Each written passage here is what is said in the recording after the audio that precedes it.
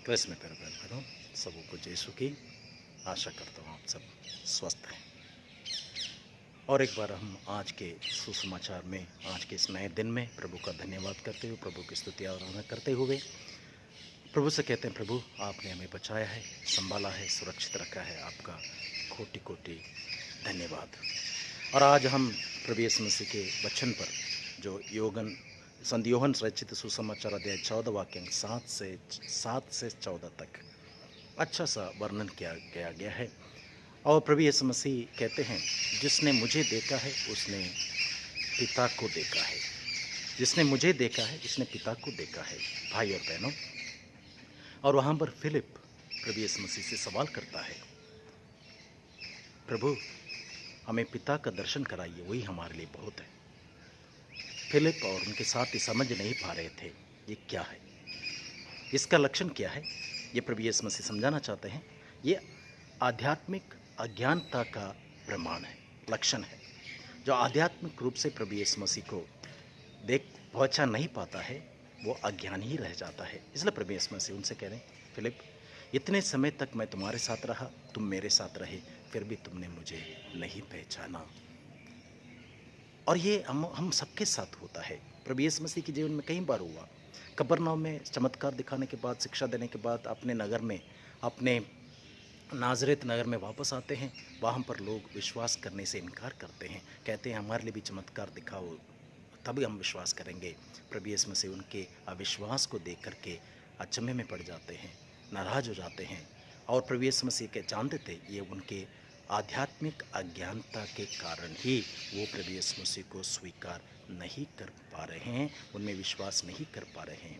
और उनके प्रेरितों के साथ भी यही हुआ कई बार। और प्रभु यीशु मसीह ने इसलिए कहा, इतने समय हमारे साथ रहने के बाद तुमने मुझे नहीं पहचाना फिलिप। और शिष्यों से पूछते हैं, और उनके शिष्य प्रभु यीशु मसीह ने प्रेरितों को ये ज्ञान देने के बाद उन्होंने ज्ञान प्राप्त किया। अब देखते हैं सारे संसार में जाकर के वो सुसमाचार का प्रचार कर रहे हैं, यहूदियों के लिए भी, गैर यहूदियों के लिए भी प्रचार कर रहे हैं। और आज के पहले पाठ प्रेरित चर्च से लिया हुआ हम पढ़ते हैं कि पौलुस और बरनबास प्रचार करते हैं, यहूदी इनका विरोध करते हैं। ये भी आध्यात्मिक अज्ञानता का प्रमाण है। और गैर यहूदी स्वीकार करते हैं, विश्वास करते हैं, उन्हें आशीष मिलती है, ज्ञान मिलता है। प्यारे भाई और बहनों, हम भी कभी कभी हमें पहचानना ज़रूरी है कि हम बोलते हैं पढ़े लिखे लोग ज्ञानी होते हैं, ज़रूरी नहीं है ज्ञानी होना। यह आध्यात्मिक ज्ञान क्या है या आध्यात्मिक अज्ञानता क्या है, हम समझने के लिए प्रयास करें।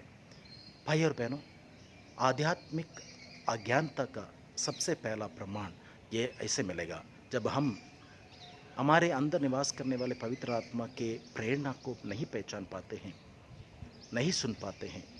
वही सबसे पहला आध्यात्मिक अज्ञानता का प्रमाण है। और दूसरी बात यह है, जब हम पवित्र बाइबल के बदले में और किन चीज़ों को चुन लेते हैं, चाहे वो मोबाइल हो, किसी भी कोई भी वस्तु हो, बाइबल से ज़्यादा प्राथमिकता देते हों, तो ये भी हमारे आध्यात्मिक अज्ञानता का प्रमाण है। और तीसरी बात हम ये समझ सकते हैं, जब हम दूसरों में, हमारे परिवार में, माता पिता में, बच्चों में, भाई बहन में, रिश्तेदारों में और किसी भी आसपास में रहने वाले लोगों में अगर हम अच्छाई के बदले बुराई निकालते हैं, ढूंढते हैं, पता करते हैं और उंगली उठाते हैं, ये भी आध्यात्मिक अज्ञानता का प्रमाण है। भाई और बहनों, हमें इससे निकलना है, बाहर आना है, ज्ञान प्राप्त करना है। इसलिए ज़्यादा से ज़्यादा समय वक्त यीशु वचन के साथ, एक दूसरे के साथ प्रार्थना करते हुए बिताइए, ताकि हम प्रभु यीशु मसीह से ज्ञान प्राप्त करें और ज्ञान प्राप्त करके प्रभु यीशु मसीह के वचन अनुसार जीवन व्यतीत कर सकें और ज्ञान प्राप्त कर सकें, एक दूसरे को स्वीकार कर सकें, प्यार कर सकें, सेवा कर सकें और एक दूसरे के लिए हम प्रार्थना करते हुए इस मुश्किल की घड़ी में एक दूसरे का सहारा बन सकें, ज्ञान प्राप्त करते हुए। क्योंकि सुलेमान ने भी प्रभु परमपिता से यही मांगा, परमपिता मुझे ज्ञान दीजिए ताकि मैं अपने लोगों को समझ सकूं, परख सकूं और उन्हें अच्छे रास्ते पर ले जा सकूं, मार्गदर्शन कर सकूं उनका। यही उनकी प्रार्थना, यही हमारी प्रार्थना है कि प्रभु यीशु मसीह हमें ज्ञान दीजिए, पवित्र आत्मा का वरदान दीजिए कि हम इस अज्ञानता से, आध्यात्मिक अज्ञानता से निकल कर ज्ञान प्राप्त करके, विश्वास प्राप्त करके आपका अनुभव करें और इस अनुभव को सबों के साथ बांटते रहें। प्रभु यीशु मसीह आपके साथ रहकर आप सबों की रक्षा करें। सर्वशक्तिमान परमेश्वर पिता, पुत्र और पवित्र आत्मा सभी को आशीर्वाद प्रदान करें। आमीन।